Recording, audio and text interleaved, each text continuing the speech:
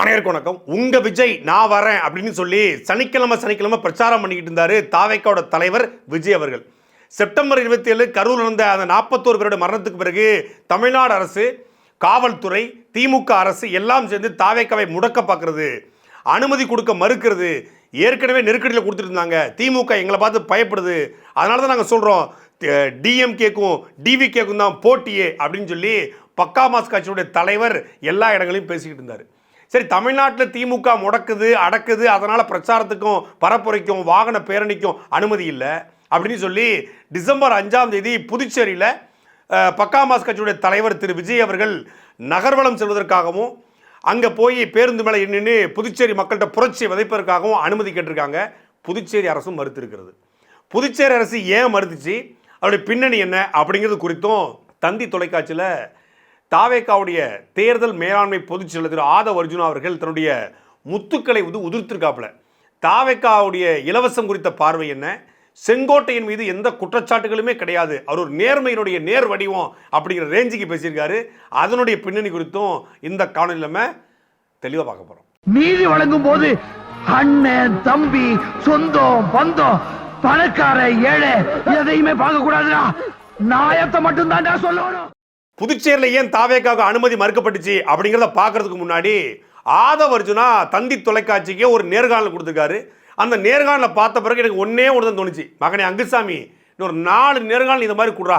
இது மாதிரி கொடுத்தா ஒட்டுமொத்தமான தாவேக்காவும் தெருவுக்கு வர்றதை யாராலையும் தவிர்க்க முடியாது. தாவேக்காவை வீழ்த்த வேற யாருமே தேவையில்லை, ஆதவ் அர்ஜுனோட பெரிய வாயே போதும். அந்த அளவுக்கு வசமாக செஞ்சு விட்டு போயிருக்காப்புல. தந்தி தொலைக்காட்சியில் நெறியாளர் கேட்குறாங்க, இந்த மாதிரி நீங்கள் ஊழலை ஒழிக்கிறேன்னு சொல்கிறீங்களே, திமுக கொடுத்த ஊழல்லாம் பேசுகிறீங்களே, அதிமுக ஊழல் கட்சியா இல்லையா அப்படிங்கிறது கேள்வி. உண்மையிலேயே ஒரு பொலிட்டிக்கல் சயின்ஸ் படித்தவர் Aadhav Arjuna. Voice of common சொல்லி 2019 தொடங்கி திமுகவுக்கு பல்வேறு கட்சிக்கு வேலை பார்த்தவர். என்ன சொல்லணும்? ஆமாம் இல்லை, ரெண்டே பதில் தான்.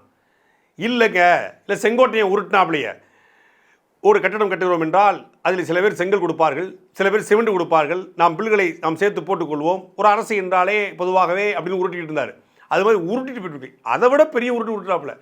நேரடியாக பதில் சொல்லாமல் ஆட்சியில் இருப்பவர்களை மட்டும்தான் விமர்சிப்பாங்களாம், செத்து போனவங்களும் விமர்சிக்க மாட்டாங்களாம். அது மரபாமா. இவர் பெரிய இன்டலெக்சுவல்ஸு, இவருக்கு ஒரு மரபு அறம்லாம் கடைபிடிக்கிறாப்புல. என்னை பொறுத்தவரை நான் ஒரு மாண்பை கடைபிடிப்பேன், இறந்து போன பற்றி பேச மாட்டேன். சரி, கலைஞர் கருணாநிதி இறந்து போயிட்டார், பேச மாட்டீங்களா? ராஜபக்சே நாளைக்கு செத்து போயிடுறான், என்ன புற்றுநோய் ஏதோ அந்த தருதலை பயலுக்கு புற்றுநோய்னு நினைக்கிறேன், செத்து போயிடுறான், ராஜபக்சே பேச மாட்டீங்களா? இனப்படுகொலையாலாம் இல்லாமல் போயிடுவானா? சாவர்கர் செத்து போயிட்டாருங்க, சாவர்கர் நிலவரா மாறிடுவாரா? எட்டப்பன் செத்து ரொம்ப வருஷம் ஆச்சு, எட்டப்பன் செத்து போயிட்டாருங்க, அவரை போய் வீரபாண்டிய கட்டப்பனை காட்டி கொடுத்துன்னு சொல்கிறீங்களே அப்படின்னு சொல்லுவீங்களா? புருட்டஸ், இந்த யூடியூப் புருட்டஸுங்கிறல்ல, இந்த யூடியூப் புருட்டஸ் பரதேசி இல்லை, உண்மையான புருட்டஸ் செத்து போயிட்டாரு. புருட்டஸை போய் இன்னுமா நீங்கள் யூடியூப் புருட்டஸ்ன்னு சொல்கிறீங்க? செத்து எத்தனை 1000 வருஷம் ஆச்சு அப்படின்னு கேட்பீங்களா? இறந்து போனதுனாலே ஒருவர் புனிதத்தன்மை பெற்றுவார், இறந்து போனதுனாலே தியாகி ஆயிடுவார் அப்படின்னு பார்க்க முடியுமா? ஜெயலலிதா அவர்கள் ஊழல் பண்ணியிருக்காங்களா இல்லையா? ஊழல் வழக்கில் தண்டனை பெற்றிருக்காங்களா இல்லையா? அது உங்களுடைய பார்வை என்ன? ஜெயலலிதாவை நீங்கள் எப்படி பார்க்குறீங்க? பதில் சொல்லணும்ல. இறந்து போனால் நாங்கள் பேச மாட்டோம். அப்போ இதுக்கு பேர் என்ன? எஸ்கேபிசம். அதாவது ஒரு கேள்விக்கு பதில் தெரியலன்னா, பதில் தெரியலை இல்லை நாங்கள் கருத்து சொல்ல விரும்பல, நோ கமெண்ட்ஸ் கூட சொல்லலாம். அது கூட ஒரு ஜென்டிலான பதிலாக இருக்கும். நோ கமெண்ட்ஸுங்க, அது நாங்கள் பதில் சொல்ல விரும்பல அப்படின்னு ஒரு அதிமுகவும் எதிர்கட்சி இல்லையா? திமுகவும் எதிர்கட்சி இல்லை. என்னடா அதிமுகவும் எதிர்கட்சி இல்லை, திமுகவும் எதிர்கட்சி இல்லை, பாஜக அதுவும் எதிர்கட்சி இல்லை, நாங்கள் யாரையுமே எதிரியாக பார்க்கல. அப்புறம் என்னதான்டா பண்ணுறது? எதுவுமே பண்ணலங்க. நாங்கள் அதிமுகவுடைய தவறுனால 21 அவங்க தண்டிக்கப்பட்டு முடிச்சிட்டாங்க. இல்ல, அதிமுக ஊழல் கட்சியே இல்லையா? அதுதான் சொல்றேன். ஊழல் 21 ஊழல் குற்றச்சாட்டுகளும் எல்லா கொள்கைகளையும் மாநில சுயாட்சியோட கொள்கை எல்லாம் விட்டு கொடுத்தனால தான் நம்மளே புரட்சி தலைவி ஜெயலலிதா ஊழல் செஞ்சிருக்காங்களே. அதாவது பொதுவாக ஒரு பண்பாடு இருக்கு, இறந்து போனவர்களை பற்றி விமர்சிக்கிறது என்னுடைய பண்பாடு கிடையாது. முதல் மாநாட்டில் பாசிச பாஜக பாயாச திமுகனாங்க. 2வது மாநாட்டில் கொஞ்சம் குறைஞ்சே பாசிசம் எதிர்ப்பு இருந்துச்சு, பாயாச திமுகவும் அதிகமாக இருந்துச்சு. செப்டம்பர் 27க்கு பிறகு பாசிசம்ங்கிற வார்த்தையே இல்லை, பாஜகங்கிற எதிர்ப்பே இல்லை. விஜய் வாயிலையும் வரல, ஆதவ் அர்ஜுனா வாயிலையும் வரல, பாஜகவை எதிரியாக பார்க்கலாம். இப்போ ஆதவ் அர்ஜுனா சொல்கிறாப்புல, திமுகவை தனிப்பட்ட முறையில் நாங்கள் எதிர்க்கவே இல்லை. அப்போ எதுக்காக எதிர்க்கிறீங்க? திமுகவை ஒழிக்கணும், திமுகவை அழிக்கணுங்கிறது எங்களுக்கு நோக்கம் கிடையாது. வேறு சரி, என்ன செய்யணும்? திமுக ஆட்சியில் சில தவறுகள் இருக்குது, அதை நாங்கள் சரி பண்ண போகிறோம். என்ன தவறு? பொதுவாக திமுக மீது என்ன தவறு வைப்பாங்கன்னா ஊழல் குற்றச்சாட்டு வைப்பாங்க. எல்லாரும் வைக்கிறோம் திமுக ஊழல் பண்ணுற கட்சி அப்படின்னு. ஆதவ அர்ஜுனாவுக்கு வேற ஒரு பார்வை இருக்குது. ஊழல் பண்ணுங்க, யாரையும் கொல்லாமல் பண்ணுங்க. கல்குவாரியை உடைங்க, சத்தம் இல்லாமல் கொஞ்சம் உடைச்சிட்டு போங்க, காது வலிக்குது. மணல் அழிட்டு போங்க, ரோட்டில் போகாம ஹெலிகாப்டர் அழிட்டு போங்க, ஏன்னா ரோடு டேமேஜ் ஆகுது. அப்படிங்கிற மாதிரி ஊழல் பண்ணணுமா, யாரையும் கொல்லாமல் பண்ணணுமா? அப்போ திமுகவுக்கும் தாவேக்காவுக்கும் அதில் என்ன கொள்கை நிலைப்பாடு, மாற்று நிலைப்பாடு இருக்குது? லஞ்சம் தவிர்த்து நெஞ்சம் நிமிர்த்துங்கிறாரு ஒருத்தர். ஆனால் ஊழல் பண்ணு கொல்லாமல் பண்ணுங்கிறாரு ஆதவ அர்ஜுனாவும் அவருடைய தாவேக்கா கும்பலும். அரசியல் பிடிக்கிறது, அதாவது ஊழல் பண்ணலாங்க, மக்களை சாவடிச்சு ஊழல் பண்ணக்கூடாதுங்க எங்களுடைய கோரிக்கை. அரசியல் பிடிக்கிறது, அதாவது ஊழல் பண்ணலாங்க, மக்களை சாவடிச்சு ஊழல் பண்ணக்கூடாதுங்க எங்களுடைய கோரிக்கை. நீங்க என்ன வேணா ஊழல் பண்ணிட்டு உங்க குடும்பத்தை நல்லா பாத்துக்குவாங்க. ஆனா மாநகராட்சியில எல்லாத்தையும் பிரைவேட் ஆக்கி அந்த பிரைவேட்ல இருக்கிற 16 வருஷம் 20 வருஷமா வேலை பார்த்தவங்கள நீ அங்கதான் போய் வேலை பார்க்கணும்னு சொல்றது அடிப்படை உரிமை மறுக்கப்பட்டிருக்கு. இது எல்லாத்தையும் தாண்டி திமுக மீது மிக முக்கியமாக வைக்கிற குற்றச்சாட்டு, திமுக இலவசங்களை கொடுத்து மக்களை கெடுத்துருச்சு. இலவசங்களை வச்சு தான் ஓட்டை பறிக்குது. மிக்சி, கிரைண்டரு, லேப்டாப்பு, ஆடு மாடு, தோடு தொங்கட்டான், இதெல்லாம் இலவசமாக கொடுக்குது. இன்றைக்கி உரிமை தொகைங்கிற பேரில் மக்களுக்கு இலவசத்தை கொடுக்குது, ஏதோ ஒரு வகையில் லஞ்சத்தை கொடுக்குது. இதனால் மக்கள் திமுகவுக்கு ஓட்டு போடுறாங்க. இது ஒரு மக்களை அடிமைப்படுத்துகிற முறை தான் அப்படின்னு எல்லாரும் சொல்கிறோம். சர்க்கார் படத்தில் டிவி, மிக்சி, ஃபேன்லாம் கொண்டு போய் வீதியில் போட்டு ஒரு விரல் புரட்சியே அப்படின்னு சொல்லி பாட்டு பாடினாப்புல பக்காமாஸ் கட்சியோடைய தலைவர் விஜய். சர்க்கார் படத்தில் இலவசங்களே வேண்டாம், இலவசங்களை ஒழிக்கணும்னு பேசின அதே கட்சியில் ஆதவ அர்ஜுனா சொல்கிறாரு இலவசம் என்பது நாங்கள் எதிர்க்கவே இல்லையே, இலவசம் மக்களுடைய உரிமையாக நாங்கள் பார்க்குறோம். அதாவது சில படங்களுக்கு போகும்போது பார்க்கிங்லேயே மூளையை கழட்டி வச்சுட்டு போன்னு சொல்லுவாங்க. இவன் கட்சியில் உள்ளவனுக்குலாம் உண்மையிலே மூளைன்னு ஒன்று இருக்கா இல்லையான்னு தெரியல. இலவசங்கிறது மக்களுடைய உரிமைங்கிறாரு. இலவசம் எப்படி மக்களோட உரிமையாக இருக்கும்? கல்வி மக்களுடைய உரிமை, மருத்துவம் மக்களுடைய உரிமை, தூய குடிநீர் மக்களுடைய உரிமை. கல்வி அது அரசினுடைய கடன், அரசு கொடுக்க வேண்டிய அது அரசினுடைய கடன், அது கல்வி கடனாக மாற்றப்பட்டிருக்கு. அரசினுடைய கடமை மக்களுடைய கடனாக மாற்றப்பட்டிருக்கு. கல்வி மருத்துவம் மகத்தான சேவை, அது மக்களுக்கு தேவை, அதை கொடுக்க வேண்டியது அரசினுடைய கடமை. அதை அரசு செய்யலை. தனியார் முதலாளிகள்கிட்ட கல்வியை, மருத்துவத்தை, குடிநீரை கொடுத்துச்சு. இந்த கல்வி, மருத்துவம், தூய குடிநீர் இலவசமாக கொடுக்கலாம், இலவசமாக கொடுப்போம் அப்படின்னு சொன்னால் அது ஒரு நல்ல பார்வை, தெளிந்த பார்வை. அரசியல் புரிதல் இருக்கியா, ஒரு மாற்று அரசியலுக்கான விதையை போடுறாங்கயா நினைக்கலாம். நாங்கள் என்ன கொடுப்போம்? இவங்களாவது லேப்டாப்பு, மிக்சி, கிரைண்டரு, இவர் ஒருபடி மேலே போய் பைக்கு, காரும் தான் லட்சியம். பைக்கு, ஒரு வீடு, ஒரு காரு, ஒரு பைக்கு, இது மூணையும் இலவசமாக கொடுப்பேன்னு சொல்கிறதுக்கு பேர் இல்லை, ஓட்டு பிச்சை. மக்களை ஏமாற்றி எப்படியாவது ஓட்டை வாங்கணும், ஓட்டை வேட்டையாடணும். சரி, நீ அதிகபட்சமாக என்ன கொடுப்பேன்? மிக்சிக்கு 2 லேப்டாப் கொடுப்பேன், நான் கார் கொடுப்பேன், பைக் கொடுப்பேன். சில கூமுட்டைகள் இருக்குல்ல, விஜய் கார் கொடுக்க போகிறாராண்டா, விஜய் பைக் கொடுக்க போகிறான்னா கார் கொடுத்துருவீங்க. பெட்ரோல் யார்? டீசல் யார் கொடுப்பா? லாட்ரி மாற்றி போட்டு விடுவாரா? டீசலும் பெட்ரோல் தேர்தல் பாண்டில் எலெக்ஷன் பாண்டில் போய் லாட்ரி மாட்ட போய் நாங்கள் ஒரு சிலிண்டர் வாங்கிட்டு வரணுமா? காரு, பைக்கு, வீடு என்பது ஒரு தனி மனிதன் தன்னிறைவடைந்து அவன் தன்னுடைய பொருளாதாரத்தின் மூலமாக வாங்கிக் கொள்ள அந்த அளவுக்கு திறனுள்ள மனிதனாக அவனை வளர்த்திருக்கணும். பசிக்கு அழாத குழந்தை, கல்விக்கு ஏங்காத மாணவன், வேலைக்கு அலையாத இளைஞன், இதுதான் என் கனவு இந்தியான்னு பகத்சிங் சொல்லிட்டு போய் 100 வருஷம் ஆச்சு. சுதந்திர இந்தியாவில் இன்றைக்கும் அவனோட வைத்த கோட்பாடு அப்படியே இருக்கிறது. கிருஷ்ணகிரியில் ஒரு தோல் தொழிற்சாலையில் வேலை 52 பேர் தான் சேர்க்குறான், கிட்டத்தட்ட 5000 பேர் காத்து நிற்கிறான். அவனுக்கு வேலை வாய்ப்பை கொடுப்பேன். படித்தவனுக்கும் படிக்காதவனுக்கும் அரசு வேலை, இனி படிக்காதவனே இல்லைன்னு நிலையை உருவாக்குவது அடுத்த வேலைங்கிற கோட்பாடு சரியாக இருக்குமா? நான் வீடு கொடுத்துருவேன், கார் கொடுத்துருவேன், பைக் கொடுத்துருவேன். கொடுத்துட்டு என்ன பண்ணுறது? கலைஞர் டிவி கொடுத்தாரு, அப்படியே கேபிளை போட்டு விட்டார், கேபிளுக்கு காசை வாங்கிட்டு போனார். மிக்சி கொடுத்துட்டாங்க, கிரைண்டர் கொடுத்துட்டாங்க, அரைக்க ஜாமான் யார் கொடுப்பா? சரி, இந்த மிக்சிங்கிற 2 வருஷம் ஓடும், 3ஆவது வருஷம் யார்கிட்ட போய் ஜாமான் வாங்குறது? மிக்சி ரிப்பேர் ஆகிடுச்சு, யார் சரி பண்ணி தருவா? கிரைண்டர் ரிப்பேர் ஆகிடுச்சு, யார் சரி பண்ணி தருவா? முதல் முறை 2009 கொடுத்த டிவியை இன்றைக்கும் வச்சுருக்காங்க கலைஞர் டிவின்னு பல பேர் சொல்கிறான்.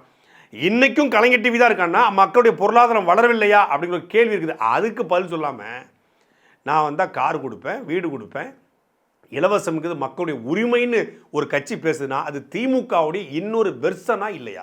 இது எல்லாத்தையும் தாண்டி இலவசம் என்பது என் தேசத்தை நாசமாக்கிய ஒரே சொல் இலவசம்ங்கிறாரு நாமக்கல் கவிஞர். என் தேசத்தை நாசமாக்கிய ஒரே சொல் இலவசம். நாமக்கல்ல போய் நின்றுக்கிட்டு தமிழர் என்ற இனம் உண்டு, தனித்தவருக்கு ஒரு குணம் உண்டு சொன்னது யாரு? விஜயகாந்தான்ட்டாங்கல்ல, அவ்வளோதான் இலட்சணம். அதை படிச்சிருந்தா தானே என் தேசத்தை நாசமாக்கிய ஒரே சொல் இலவசம்னு அவர் சொன்னாருங்கிறது தெரியும். விஜய் ஆட்சிக்கு வந்தா பைக் தர போறாராம், கார் தர போறாராம். இதுல என்ன தவறு இருக்குன்னு நான் கேக்குறேன். அதாவது இலவசங்களுக்கு நீங்க எதிரா இல்ல. இலவசங்கள் எதுக்கு எதிராக இருக்கணும்? இலவசங்கள் மக்களுடைய அடிப்படை உரிமைன்னு சொல்லக்கூடிய இடத்துல நாங்க இருக்கணும். 1000 ரூபாய் கொடுக்கப்படுறது திமுக கொடுக்கல, தமிழக மக்களுடைய வரி பணம் அது. அப்ப தாவேகாவும் இந்த மகளிர் உரிமை தொகையை கொடுக்கும் அப்படிங்கிறத மறைமுகமா சொல்லுது. மகளிர் உரிமை தொகையை நாங்கள் வந்தால் ரத்து பண்ணிடுவோம்னு சொன்னால் பெண்கள் ஓட்டு விழாமல் போயிருமோ? இந்த மகளிர் உரிமை தொகைக்காக தான் திமுக ஓட்டு போடுறாங்களோ. அப்போ நம்மளும் 1000-2000 தரேன்னு சொல்லுவோம். 1000-2000 தர்றதுக்கு எதுக்கு மாற்று அரசியல்? காரும் வீடும் பைக்கும் தரதுக்கு எதுக்கு மாற்று அரசியல்? இதெல்லாம் சொல்கிறாப்புல இதெல்லாம் எப்படி தருவாங்களாமா? ஊழல் பண்ணாமல் மண் அள்ளினாலே போதும், ஊழல் பண்ணாமல் மைன்ஸ் பண்ணாலே போதும், நாம் வந்து அந்த பணத்தை சேர்த்து மக்களுக்கு நல்லது பண்ணிடலாம். இதை சொல்லி தான் திமுக வந்துச்சு. கனிம வளத்திலிருந்து பல ஆயிரம் கோடிகளை எடுத்து மக்களுக்கு நாங்கள் சேவை பண்ணுவோம் இப்படி சொல்லி தான் வந்தாங்க. நாங்கள் ஆட்சிக்கு வந்தால் ஆத்துமணல் கொள்ளையை தடுப்போம், கனிம வள கொள்ளையை தடுப்போம், இயற்கை வளர்ச்சியை தடுப்போம் என்ற சொல்கிற திராணியோ தெம்போ துணிச்சலோ ஆண்மையோ விஜய்க்கோ விஜய் கட்சிக்காரனுக்கோ இல்லை தாவேக்காவுடைய அந்த ஆதவுக்கோ யாருக்கா இருக்கா? வந்தால் நாங்கள் மைன்ஸ் பண்ணுவோன்னு சொல்கிறாரு. வந்தால் மண்ணளிப்பாரான். எப்படி ஊழல் பண்ணாமல் மண்ணை வைப்பாரான், ஊழல் பண்ணாமல் மைன்ஸ் வைப்பாரான். இப்போவே அடி போட்டால் லாட்ரியை விற்கிறதுக்கு. அதாவது மைன்ஸ் பண்ணுறது ஊழல் பண்ணாமல் பண்ணணும், மணலையும் ஊழல் பண்ணாமல் மணல் அள்ளணும், அது வர காசை எடுத்து மக்களுக்கு சேவை பண்ணணும். இதுதான் நல்லரசா? இயற்றலும் ஈட்டலும் காத்தலும் காத்த வகுத்தலும் வல்லரசுங்கிறான். நல்ல திட்டங்களை ஏற்றி அதன் மூலமாக வருமானத்தை பெருக்கி அந்த வருமானத்தை சேமித்து மக்களுக்கு நல்லது செய்யக்கூடிய அரசு நல்லரசு வல்லரசுங்குது. இவன் மண்ணள்ளி விற்று காசு கொடுப்பேன், மலையை உடைச்சு காசு கொடுப்பேன், இதை தான் திமுக பண்ணிக்கிட்டு இருக்கு. இங்க இருக்க வளத்தையும் இங்க இருக்க மனித வளத்தையும் எந்த விதமான ஊழல் இல்லாம எந்த ஒரு நல்ல நிர்வாகம் கொடுக்கும் பொழுது இங்க இருக்க வளம் இங்க இருக்க மண்ணையே ஊழல் இல்லாம கவர்மெண்ட் காசாக்க முடியும். இங்க இருக்கிற மைண்ட்ஸை ஊழல் பண்ணாம கவர்மெண்ட் காசு கொண்டு வர முடியும். இங்க காசு இல்லாம இல்ல. இங்க economically we are not economically poor section. கடன் வாங்க வேண்டிய அவசியம் இல்லை. அப்ப இலவசத்திலையும் திமுகவோட அதே கொள்கை தான், கனிம வளத்திலையும் திமுக அதே கொள்கை தான், ஆற்றுமணல் கொள்கையிலையும் திமுக அதே கொள்கை தான். மதுபான கொள்கையிலாவது திமுகவோட மாற்று ஏதாவது தாவேக்காக இருக்கா அப்படின்னு பார்த்தா அதுலேயும் இல்லை. என்ன சொல்கிறாருன்னா மதுவை அரசு விற்கக்கூடாதான். அப்போ தனியார் விற்கலாமா? தனியார் வீதி வீதி பிராணி கடை திறந்துலாமா? செல்வி once, Rambha once, Ramya once, Kumaran whites அப்படின்னு ஊருக்குள்ள இருந்துச்சு 2000க்கு முன்னாடி. அது மாதிரி திறந்துடலாமா? அது மாதிரி திறந்து இங்கே டாஸ்மாகில் விழுந்துக்கிறவன் ரம்பா ஒயின்ஸ்லையோ இல்லை பிரபா ஒயின்ஸ்லையோ இல்லை ரம்யா ஒயின்ஸ்லையோ இல்லை ராதிகா ஒயின்ஸ்லையோ இல்லை வேறு ஏதோ ஒரு ஒயின்ஸ்லையோ விழுந்து கிடப்பான். இந்த FL2 பாரதந்து வச்சுருக்காங்களே அது மாதிரி விழுந்து கிடப்பான். அதாவது நாங்கள் ஆட்சிக்கு வந்தால் பூரண மதுவிலக்கை சாத்தியப்படுத்துவோம். சொல்லுங்களேன். போதைப்பொருள் மதுபானம் என்பது மது மற்றும் போதை எங்களுக்கு வந்து உடன்பாடு இல்லை. எந்த கட்சி தான் உடன்பாடு இருக்குது? திமுக மட்டும் நம்ம மது விற்கிற உடன்பாடு இருக்கா? திமுகவோட கொள்கையும் மது விலக்கு தான். மது விலக்குன்னு சொல்லிட்டு தான் அது மது வித்துக்கிட்டு இருக்கு. அதே மாதிரி தான் என்ன சொல்கிறாங்க, போதைப்பொருள் ஒழிப்போம், போதைப்பொருள் ஒழிப்பு தான் என் கொள்கை. அவர் நீங்கள் தான் போதைப்பொருள் ஒழிப்புங்கிற கொள்கை. அவர் வந்து பாதைகளை போகாதீங்க, இளைஞர்களை ஒரு முறை நீங்கள் வந்து போதையை பயன்படுத்திக்கிட்டா நீங்கள் வாழ்க்கைக்கு அடிமையாயிருவீங்க, ஏன் அப்படி போகிறீங்க பேர பிள்ளைகளா அப்படி வீடியோ பிடிச்சிட்டு வந்திருக்காப்புல. போதை ஒழிப்பு பேரணின்னு சொல்லி போதை ஒழிப்பு நாள்னு சொல்லி சின்னவர் உதயநிதி ஸ்டாலின் உறுதிமொழி எடுத்துகிட்டு இருக்காரு. போதை ஒழிப்பு உறுதிமொழி, போதை ஒழிப்பு நாள், போதையின் பாதையில் போதாதீர்கள் என்று எல்லாம் பேசிட்டு தான் போதையை வித்துக்கிட்டு இருக்காங்க. அதே மாதிரி தான் சொல்கிறாங்க இவங்களும். மது விலக்கு சாத்தியப்படுத்தணும்னு சொல்லாமல் அரசு மது விற்காது, கலெக்டர் தலைமையில் மது விற்க மாட்டோம். அப்போ என்ன பண்ணுவீங்க? கம்பெனிக்கார வச்சு மது விற்பீங்க. இதுக்கு என்னென்னா தனியாருக்கு மதுவை கொடுப்பதன் மூலமாக மதுக்கடை எப்படி சிறப்பாக செயல்படுதோ அதுபோல் தனியாருக்கு லாட்ரியும் கொடுத்து லாட்ரி சீட்டையும் தமிழ்நாட்டில் ஓட விடுவோங்கிறத மறைமுகமாக சொல்கிறாரு இந்த லாட்ரி மருமகன். அதாவது அரசு நடத்தாமல் தனியாருக்கு மைன்ஸை கொடுத்துருவோம், தனியாருக்கு மணலையில் விட்டுருவோம், தனியாருக்கு லாட்ரியை கொடுத்துருவோம், தனியாருக்கு சாராய கடையில் கொடுத்துருவோம், கொடுத்து வருமானத்தை பார்த்துருவோம். இதுக்கு பேர் என்ன? திமுகவோட இன்னொரு வெர்ஷன். அப்போ மதுபான கொள்கையிலையும் திமுகவுக்கும் தாவேக்காவுக்கும் எந்த மாற்றம் கிடையாது. அரசே வந்து சாராயத்தை விற்கிறது. இதை நாங்கள் கடுமையாக இருக்கிறோம். நீங்க வந்து டாஸ்மாக்ல முடிக்கிறீங்க. கண்டிப்பா அரசு செய்யக்கூடாதுன்னு நாங்கள் நினைக்கிறோம். இது வந்து அரசே செய்யக்கூடாது, அரசே விற்கக்கூடாது. ஒரு கலெக்டர் படிச்சுட்டு வந்து ஒரு கலெக்டர் வந்து சாராயத்தை விற்கக்கூடாது, ஒரு ரெவன்யூ டிபார்ட்மெண்ட் விற்கக்கூடாது. பூரண மதுவிலக்குன்றதை நீங்க சொல்லல. இல்ல, அரசு விற்கக்கூடாதுங்கிறது எங்களுடைய நிலைப்பாடு, கட்சியோட நிலைப்பாடு மது மற்றும் போதைக்கு எதிரானது. சரி, ஆனால் அதை வந்து எப்படி அமல்படுத்தணுங்கிறதுல நிறைய தெளிவாக எங்களோட மேனிஃபெஸ்டோ நாங்கள் விளக்குவோம். நெறியாளர் கேள்வியை வந்து ஆதரவோட கேட்குறாங்க. திமுக விமர்சிக்கிற நீங்க அதிமுகவை ஏன் விமர்சிக்கல அப்படின்னு கேட்கும்போது அதிமுக விமர்சிக்க வேண்டிய தேவையில்லை, ஆளுங்கட்சி தான் விமர்சிக்கணும். ஏன்னா 2021 அந்த ஆட்சி சரியில்லைன்னு சொல்லி தான் மக்கள் திமுகவுக்கு வாக்கு செலுத்திருக்காங்க. அப்போ ஏதோ ஒரு காரணத்தினால அந்த ஆட்சி வந்து இல்லைன்னு ஆயிடுச்சு. அப்போ அங்கே ஏதோ ஒன்று நடந்திருக்கு. ஏதோ ஒன்று ஊழலோ இல்லை வந்து நம்மளுடைய மாநில உரிமை விட்டு கொடுத்ததோ ஏதோ ஒன்று நடந்திருக்கு. அதனால் அவங்க அப்போவே மக்கள் தீர்ப்பளிச்சிட்டாங்க. திருப்பி நம்ம பேச வேண்டிய அவசியம் இல்லை. எவ்வளோ ஒரு இன்டலெக்சுவல் ஆதவர்ஜுனா. அதிமுகவை எதிர்க்கிறியா எதிர்க்கலையா? அதிமுக ஊழல் கட்சியா இல்லையா? இதான் கேள்வி. அவங்க இந்த கேள்வியை கேட்டதுக்கான காரணமே அதிமுக ஊழல் கட்சி அப்படின்னு ஆதவர்ஜுனா வாயிலே சொல்ல வைக்கிறாங்க. சொல்ல வச்சுட்டு இன்னொரு கேள்வியை கேட்குறாங்க, அதிமுக ஊழல் கட்சினா அந்த ஆட்சியில் அமைச்சர் அந்த செங்கோட்டையை மட்டும் நல்லவரான்னு கேட்குறாங்க. இதுக்கு தானமா இந்த சுற்றி சுற்றி பேசிக்கிட்டு இருந்தேன், திருப்பி கொண்டு கோர்த்து விட்டுட்டியே அப்படின்னு விழிவுதுங்கண்ணா ஆதவர்ஜுனா. வழியே இல்லாமல் இல்லை, நாம் ஒரு நபரை மட்டும் வைத்துக்கொண்டு ஒட்டுமொத்த ஆட்சியும் பேச முடியாது. சில தனி மனிதர்களை வந்து நாம் அப்படி பார்க்க முடியாது. செங்கோட்டையன் வந்து எனக்கு பல வருஷமாக பழக்கம். அவர்கிட்ட நான் சில ஐடியாக்கெல்லாம் கேட்பேன். ஆமாம், அவர் பிரசாந்த் கிஷோர் கூட உட்காந்து ஐபேக் டீமில் முக்கியமான ஆளாக இருந்தார், இன்டலெக்சுவலாக இருந்தாப்புல. இந்தியா முழுக்க ஐடி விங் செக்ரட்டரியாகவும் செங்கோட்டையன் செயல்பட்டார். எக்ஸ்னு ஒன்று இருக்குது, ஃபேஸ்புக்னு ஒன்று இருக்குது, யூடியூப்னு ஒன்று இருக்குன்னு கூட செங்கோட்டையன் தெரியாது. 7ஆப்பு பெயில் அவர் உட்காந்துக்கிட்டு அவர்கிட்ட இவர் பொலிட்டிக்கல் சயின்ஸ் படித்த வாய்ஸ் ஆஃப் காமன் வந்து திமுக வேலை பார்த்த அவர்கிட்ட ஆலோசனை கேட்பாராம். ஆமாம், அவர் சேகுவாரா, இவர் பிகல் கஷ்டம், 2 பேரும் வந்து கூடி பேசி அர்ஜென்டினா விடுதலைக்காக அடுத்து என்ன பண்ணலாம்னு டிஸ்கஸ் பண்ணியிருப்பாங்க. செங்கோட்டையன் வந்து குற்றவாளியே, அவர் மேலே குற்றமே சொல்ல முடியாதான். அண்ணன் செங்கோட்டையனை பொறுத்தவரை அவர் மேலே குற்றமே சொல்ல முடியாது, குற்றச்சாட்டுல இல்லை அப்படிங்கிறாரு. 92 வாச்சாத்தியை பற்றி படித்ததில்லை. 2001 அவர் மேலே ஊழல் வழக்கு பதிவு செய்யப்பட்டு தண்டனை வழங்கப்பட்டு அதுக்கப்புறம் நீதிமன்றத்தை ரத்து செய்யப்பட்டது தெரியாது. 2012 ஜெயலலிதா அவர்களால் அமைச்சர் பதவியும் மாவட்ட செயலர் பதவியும் பிடுங்கப்பட்டு அவர் வெளியேற்றப்பட்டது உங்களுக்கு தெரியாது. வருமான சீதமாக பல சொத்துக்களை சேர்த்ததெல்லாம் அவங்களுக்கு தெரியாது. தமிழ்நாட்டிலேயே சட்டசபையில் பொய் சொன்ன ஒரு சட்டமன்ற உறுப்பினர் என்ற பெயரை எடுத்தவர், அதுவும் வனத்துறை அமைச்சராக இருக்கும்போதேயே அந்த வனத்துறையின் கீழ் இந்த வனத்துறை அதிகாரிகளை பாலியல் வன்கொடுமை செய்யக்கூடிய அந்த குற்றவாளிகளை காப்பாற்ற முயன்றவர். இவரும் ஒரு A1 அக்யூஸ்டு. அவர் அங்கே 18 பெண்களை பாலியல் வன்கொடுமை செய்த குற்றவாளிகளை காப்பாற்றிய ஒரு அக்யூஸ்டு. இவர் 41 பேர் மரணத்துக்கு காரணமான ஒரு அக்யூஸ்டு. 2 அக்யூஸ்டு ஒன்று சேர்ந்திருக்கு. நீங்க சொன்ன ஊழல் ஆட்சி இல்ல மாநில உரிமைகளை விட்டு கொடுத்த ஆட்சியில பங்கு வகித்த திரு செங்கோட்டையன் எப்படி இன்னைக்கு இவ்வளவு பெரிய பொறுப்பு வராரு? அதான் சொல்றேன், ஒரு கட்சி ஒரு தனிப்பட்ட மனிதனுடைய ஒரு வேல்யூன்னு இருக்கும், ஒரு அனுபவம் இருக்கும். திரு செங்கோட்டையன் மீது அவர்களுடைய தனிப்பட்ட வாழ்க்கையாகட்டும், இல்லை அவர் அமைச்சராக இருக்கும் பொழுது அவருடைய செயல்பாடுகளாகட்டும், அவர் மேலே என்ன குற்றச்சாட்டுகள் இருந்துச்சு, இல்லை என்ன மாதிரி குற்றச்சாட்டுகள் அவர் மேலே தொடுக்கப்பட்டுச்சு அப்படிங்கிறது பார்த்தீங்கன்னா கிடையவே கிடையாது. செங்கோட்டையன் அண்ணன்கிற ஒரு தனிநபர், அவருடைய அனுபவம், அவருடைய நிர்வாக திறமையில் அவர் மேலே என்ன குற்றச்சாட்டுகள் இருந்திருக்கு அப்படி பார்த்தீங்கன்னா இது வரைக்கும் அவர் மேலே எந்த குற்றச்சாட்டுகள் இல்லை. செங்கோட்டையன் கிட்ட ஆதவர்ஜுனா சொன்னாப்லையாம், 25 வயசுல நீங்கள் வந்து ஒரு புரட்சி தலைவரை தலைமையேற்று போனீங்க, உங்களுடைய 75 வயசுல இன்னொரு புரட்சி தலைவரை நீங்கள் தலைமையேற்று வந்திருக்கீங்க அப்படின்னு செங்கோட்டையன் சொன்னாப்லையாம். செங்கோட்டையன் அதை கேட்டாப்லையா. உண்மையான எம்ஜிஆர் தொண்டனாக இருந்தால் செங்கோட்டையன் கழட்டிருப்பாப்புல. எம்ஜிஆர் எங்கே, இவர் எங்கே? மக்களுக்காகவே சிந்தித்து தன்னுடைய சொத்து பத்துக்களை அந்த மக்களுக்கே கொடுத்துட்டு போனவர் எம்ஜிஆர். எச்சிக்கைட்டு கூட காக்காயை விரட்டவர் இந்த விஜய். ராமாபுரம் தோட்டத்துடைய கதவுகள் மூடப்பட்டதாக சரித்திரம் கிடையாது, பனையூர் கதவுகள் திறந்ததாக சரித்திரமே கிடையாது. ராமாவரம் தோட்டத்தில் எத்தனை பேர் போனாலும் அத்தனை பேரையும் பார்ப்பார் எம்ஜிஆர். இங்கே போனால் சிசிடிவி பார்த்துட்டு தளபதி டிவிக்கேன்னு கத்திட்டு தான் வரணும். இனி 2 பேருக்குமான ஒப்பீடே தப்பானது. அவர் புரட்சி தலைவரா, அவர் புரட்சி தலைவர், உண்மையிலே புரட்சி தலைவர். ஏன்னா புரட்சியை செய்த தலைவருக்கு உதவியதனால் அவர் புரட்சி தலைவர். பாயும் புலிகளுக்கு 10 கோடி அள்ளி கொடுத்த வள்ளல், அதனால் அவர் புரட்சி தலைவர்.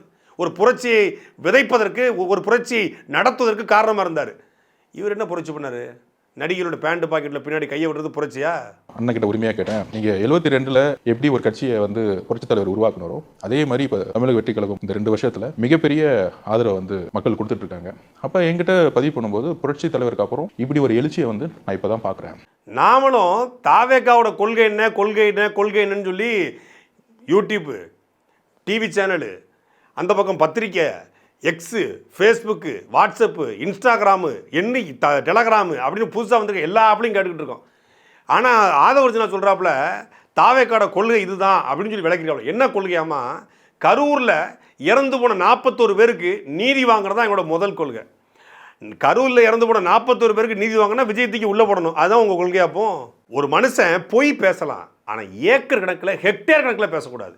கரூர் விவகாரத்தில் என்ன நடந்துச்சுன்னு உலகத்துக்கே தெரியும். ஒரு இடத்துல ஆதவர்ஜுனா சொல்கிறாரு சதி நடந்துச்சு அப்படிங்கிறாரு. இன்னொரு இடத்துல சதிலாம் நடக்கலை, ஏதோ ஒரு பண்ணணும்னு நினச்சாங்க, டிஸ்டர்ப் பண்ணணும்னு நினச்சாங்க, இவ்வளோ பெரிய இழப்பு ஏற்படும்னு அவங்க நினைக்கல அப்படின்னு சொல்கிறாரு. இன்னொரு பக்கம் சூழ்ச்சியால் கரூர் நிகழ்ச்சி நடந்துச்சுங்கிறாரு. நெறியாளர் கேட்குறாங்க தாமதமாக ஏன் வந்தார் அப்படின்னு. அதாவது இந்த பாலுத்தவரை வந்து சட்டுன்னு அடிக்கிற மாதிரி இருக்கும்ல, நீ கேட்ட கேள்வி ஒன்று என்ன செருப்பால் அடித்த மாதிரி இருக்குப்பா அப்படிங்கிற மாதிரி ஏன் தாமதமாக வந்தார்? இந்த கேள்விக்கு இப்போ வரைக்கும் பதில் சொல்ல மாட்டாங்க. ஏன் தாமதமாக வந்தார், ஏன் 12 மணிக்கு விஜய் வருவார்னு அறிவிச்சாங்கன்னு கேட்டால் நாங்கள் 12 மணிக்குன்னு அறிவிக்கவே இல்லைன்றாங்க. எக்ஸில் போட்டிருக்காங்கன்னு கேட்டதுக்கு எக்ஸில் போட்டதெல்லாம் வந்து நீங்கள் பப்ளிக் அனௌன்ஸ்மெண்ட் கிடையாது. எக்ஸுங்கிறது எனக்கு தெரிஞ்சு பப்ளிக் உள்ளது தான். வாட்ஸ்அப் தான் ப்ரைவேட்டு, ஃபேஸ் டைம் ப்ரைவேட்டு. இப்போ வாட்ஸ்அப்பில் வந்து விஜய் ஒரு ஸ்டேட்டஸ் வச்சுருக்காருங்க. இல்லை வாட்ஸ்அப்பில் விஜயும் ஆதவர்ஜனாவும் நாளைக்கு 12 மணிக்கு வந்துடும் மச்சான், சர்ரா மாப்பிள நான் 12 மணிக்கு வந்துடுறேன் அப்படின்னு அனுப்பிடுறான்னு இது ப்ரைவேட்டு. டெலகிராமில் போய் புசி ஏய் நாளைக்கு 12 மணிக்கு வந்துரு கரூருக்கு, சரி மாப்பிள நீ 8:45 கிளம்பி வழக்கம் போல் தூங்கிறாத அப்படின்னு புசி போடுறாருன்னா இது ப்ரைவேட்டு. பொது வழியில் நாளைக்கு தமிழக வெற்றிக்கழக தலைமை நிலைய செய்தி குறிப்பு, தலைவர் தளபதி அவர்கள் நாளை கரூரில் 12 மணி 8:45 நாமக்கல், 8:45 நாமக்கல் 12 மணி கரூர். இது எப்படி பொது அனௌன்ஸ்மெண்ட் இல்லாமல் இருக்கும்? இது எப்படி பப்ளிக் அனௌன்ஸ்மெண்ட்டாக இருக்கும் இல்லாமல் இருக்கும்? எக்ஸ் தளத்தில் தமிழக வெற்றி கழகத்தினுடைய செய்தி குறிப்பில் 8:45 நாமக்கல் 12 மணி கரூர்னு போட்டுட்டு 8:45 ஒருத்தன் சென்னையிலேருந்து கிளம்புறான்னா எவ்வளோ பெரிய சோம்பேறி. அந்த சோம்பேறித்தனத்தினால அதுவும் சேட்டல் ஃப்ளைட்டு சென்னையிலேருந்து சேலம் போய் சேலத்தில் நாமக்கலுக்கு அரை மணி நேரத்தில் போயிருக்கலாம். ஆனால் சென்னையிலேருந்து வம்படியாக திருச்சி போய் திருச்சியிலேருந்து ஒத்த படையும் கூட்டுக்கிட்டு அப்படியே பேருந்தில் காரில் பைக்கில் போய் மாஸ்க் காட்டணுங்கிற மென்டாலிட்டியில் மட்டும்தான் இவ்வளோ மக்கள் காக்க வைக்கப்பட்டாங்க. அதாவது நன்றி 12 மணிக்கு நாளைக்கு தளபதி விஜய் அவர்கள் கரூர் வருவார், அவரை நாங்கள் இட்னு வருவோம் அப்படின்னு சொன்னது உங்கள் புசி. 12 மணிக்கு அவரை இட்னு வருவோன்னு பேசிட்டு அப்புறம் உட்னு போயிடுச்சு. யாரை விட்டுன்னு ஓடுது? அதுவும் முக்கியமா கரூருக்கு அப்புறம் எங்களுக்கு திமுக வந்து அரசியல் எதிரின்னு சொல்லுவோம், அரசியல் எதிரிக்கு அப்பாற்பட்டு அவங்க போயிட்டாங்க. இப்படி ஒரு சம்பவம் ஒரு சூழ்ச்சினால நிகழ்ந்திருக்கு, நாங்க நம்புறோம். அதை நீங்க 8:45 டைம் போட்டீங்களா இல்லையா? சரி மேடம், நான் சொல்லுவேன். உங்க ட்விட்டர்ல 8:45 டைம் போட்டீங்களா? எப்பயுமே அதை பதிவு பண்ணிடுறேன். ட்விட்டர் வந்து பொதுவா வந்து பப்ளிக் அனௌன்ஸ்மெண்ட் கிடையாது. எத்தனையோ பொய் பேசக்கூடிய அரசியல்வாதிகளை பார்த்துருக்கோம். அமைச்சரான பிறகு பொய் சொல்லுவான், எம்எல்ஏ ஆன பிறகு பொய் சொல்லுவான், எம்பி ஆன பிறகு பொய் சொல்லுவான், முதலமைச்சரான பிறகு பொய் சொல்லுவாங்க. ஆனால் எதுவுமே ஆகாமல் அரசியலில் வந்த உடனே பொய் சொல்கிற ஒரு கூட்டம் இந்த கேடுகட்ட கூட்டம். இதே ஆதவர்ச்சனா இன்னைக்கு 28 விழுக்காடு நம்ம எங்களுக்கு இருக்குது, 85 விழுக்காடு இளைஞர்கள் எங்கள் பக்கம்தான் இருக்காங்க, இளைஞர்களுடைய எழுச்சி நாயகன் அப்படின்றாங்கல்ல. இதே ஆதவர்ச்சனா 2024 இவங்க கட்சி தொடங்கின உடனே அப்போ ஒரு இதில் இருக்குது விசிகால இருக்காப்புல இருக்கும்போது ஒரு தனியார் வலையொலிக்கு பேட்டி கொடுத்துருக்காரு. அந்த பேட்டியில் சொல்கிறாரு, அந்த நெறியாளர் கேட்குறாங்க, இந்த மாதிரி விஜய் வந்திருக்காரா, தாக்கத்தை ஏற்படுத்துவாரா? சினிமா அப்படிங்கிற ஒரு பிரபலத்தை மட்டும் வச்சுக்கிட்டு யாராலையும் வந்து வெல்ல முடியாது. நீங்கள் எடுத்துக்காட்டுக்கு சிரஞ்சீவி பாருங்கள், அவரும் வந்து அவர் பெரிய மாஸ் க்ரௌட் இருந்துச்சு, ஆனால் அவரால் வந்து தாக்கத்தை ஏற்படுத்த முடியல. ஏன்னா க்ரௌண்ட் ரியாலிட்டிங்கிறது வேறு. நேரடியாக வந்த உடனே சிஎம் அப்படின்னு சொல்கிறத எப்படி ஏற்றுக்க முடியும்? மக்களோட உழைக்கணும், மக்களோட வந்து தினமும் நிற்கணும். நீங்கள் பிரபலம் அப்படிங்கிறது நீங்கள் வருஷத்துக்கு ஒரு முறை முகத்தை காட்டும் போது மட்டும்தான் பிரபலம். தினம் மக்கள்கிட்ட நீங்கள் இறங்கிட்டீங்கன்னா மக்களுடைய இதை சிந்திக்க ஆரம்பிப்பீங்க, மக்கள் மொழியில் பேச ஆரம்பிப்பீங்க, மக்களுடைய பிரச்சனை பேச ஆரம்பிப்பீங்க.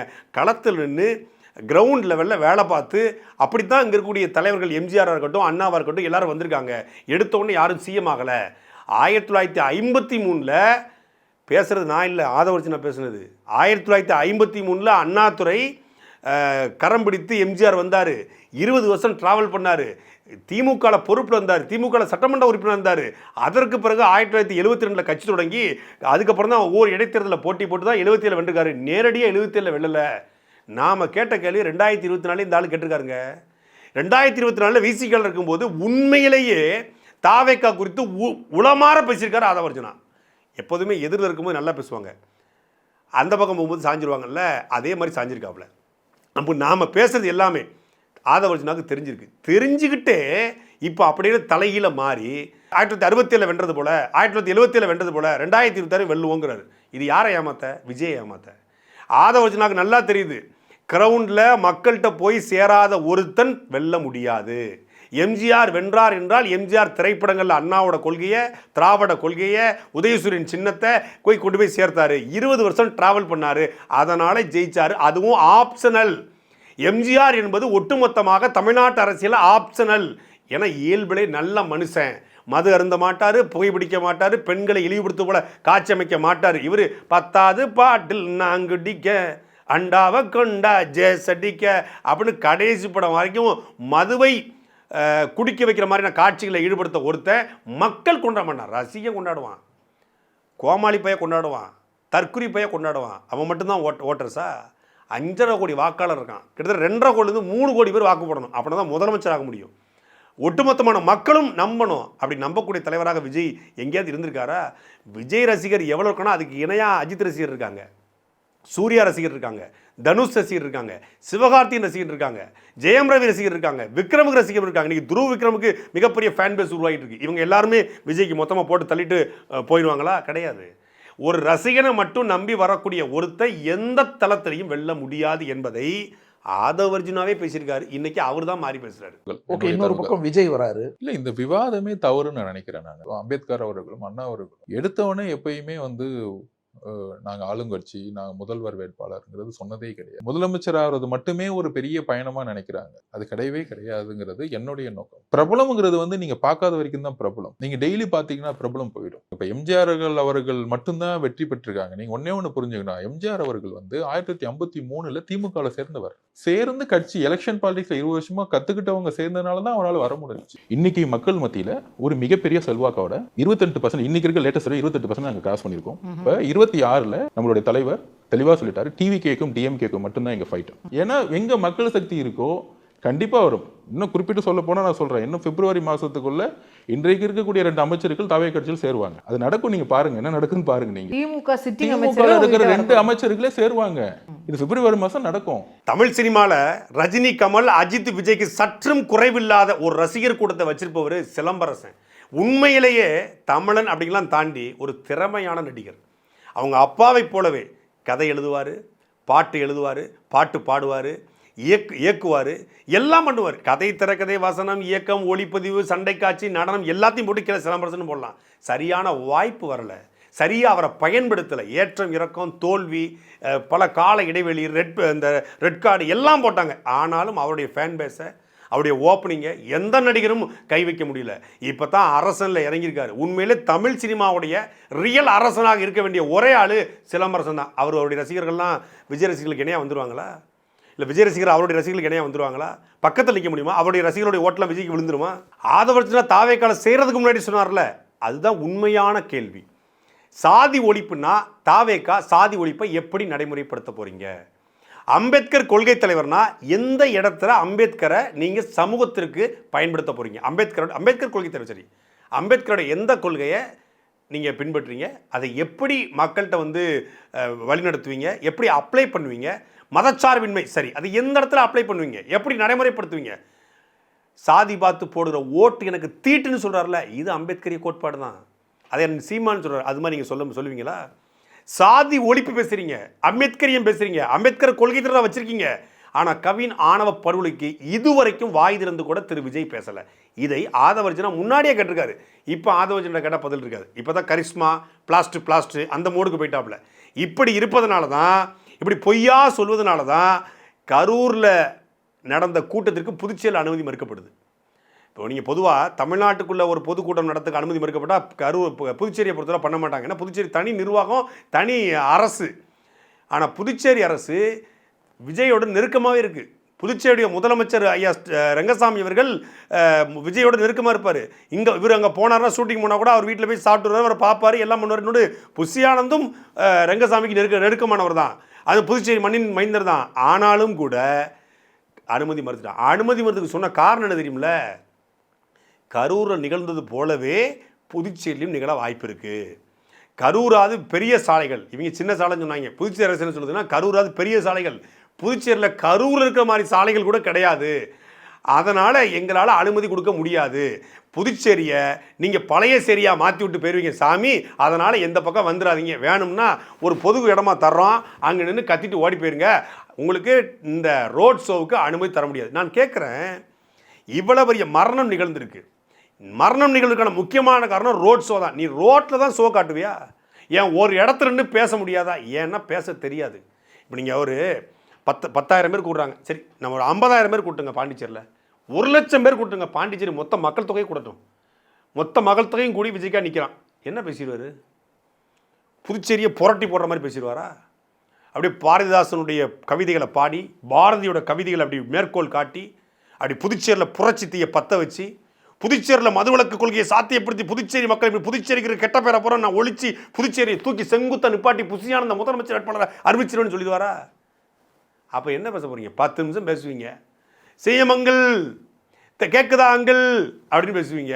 பிளாஸ்ட் நண்பா நண்பி தோளா தோலீஸ் எனர்ஜி தான், வர்றது தான், வெற்றி தான், நிச்சயம்தான் பிடிங்கிட்டு போயிடுச்சு.